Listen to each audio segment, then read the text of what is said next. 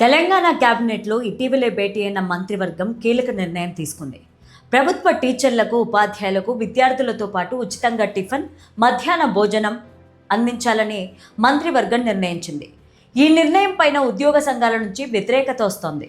మా టిఫిన్లు, భోజనాలు మేము తెచ్చుకుంటామని, మాకు ఇవ్వాల్సిన డిఏ, పిఆర్సీ ఇస్తే చాలు అంటూ ప్రభుత్వాన్ని డిమాండ్ చేస్తున్నాయి. ఇప్పుడు నిర్ణయాన్ని ఉద్యోగ సంఘాలు ఎందుకు వ్యతిరేకిస్తున్నాయి? ప్రభుత్వం టీచర్లకు ఇంకా ఎన్ని డిఏలు, పిఆర్సీలు పెండింగ్ పెట్టింది చూద్దాం.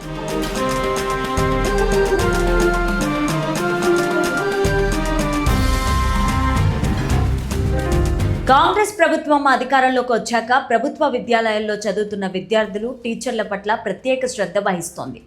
ప్రభుత్వ స్కూళ్లలో చదివే విద్యార్థుల సంఖ్యను పెంచేందుకు అనేక సంక్షేమ పథకాలను అమలు చేస్తోంది. అందులో భాగంగానే ప్రభుత్వ విద్యాలయాల్లో అల్పాహారం పథకాన్ని ప్రారంభించింది. అంతటితో ఆగకుండా ఇటీవలే జరిగిన కేబినెట్ మీటింగ్లో ఆ పథకాన్ని ప్రభుత్వ టీచర్లకు, ఉపాధ్యాయులకు, ఫ్యాకల్టీకి కూడా అమలు చేయాలని నిర్ణయం తీసుకుంది. వారికి ఉదయం టిఫిన్తో పాటు మధ్యాహ్న భోజనం కూడా అందించాలని నిర్ణయించింది. విద్యార్థులకు మెరుగైన విద్యను అందిస్తున్న టీచర్లకు ఈ నిర్ణయం ద్వారా మరింత లబ్ధి జరుగుతుందని ప్రభుత్వం భావిస్తోంది. ఈ నిర్ణయం ద్వారా దాదాపు 1,50,000 మంది టీచర్లకు మేలు జరగనుందని ప్రభుత్వం అంచనా వేసింది.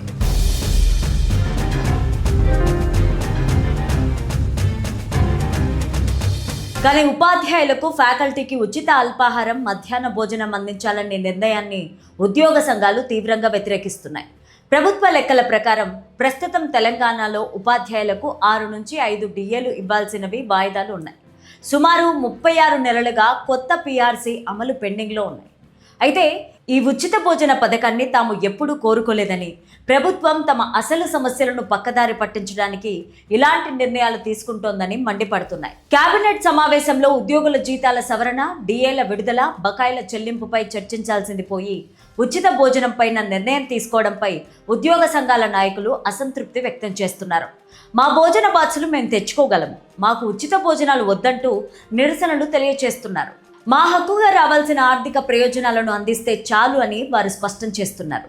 ఇప్పటికే వేల కోట్ల రూపాయల ఉద్యోగుల పెండింగ్ బిల్లులు, జీపీఎఫ్, మెడికల్ బిల్లులు, సరెండర్ లీవ్స్ నిలిచిపోవడం వల్ల ఉపాధ్యాయులు తీవ్ర ఆర్థిక ఇబ్బందులు పడుతున్నారని, వాటిని వెంటనే పరిష్కరించాలని డిమాండ్ చేస్తున్నారు.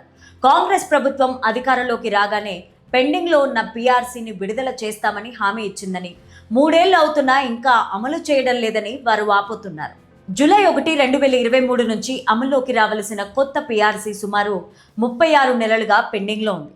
అంతేకాకుండా ఉద్యోగులకు సుమారు 8,000 కోట్ల GPF, earned leave, encashment, retirement benefits బిల్లులు పెండింగ్లో ఉన్నాయి.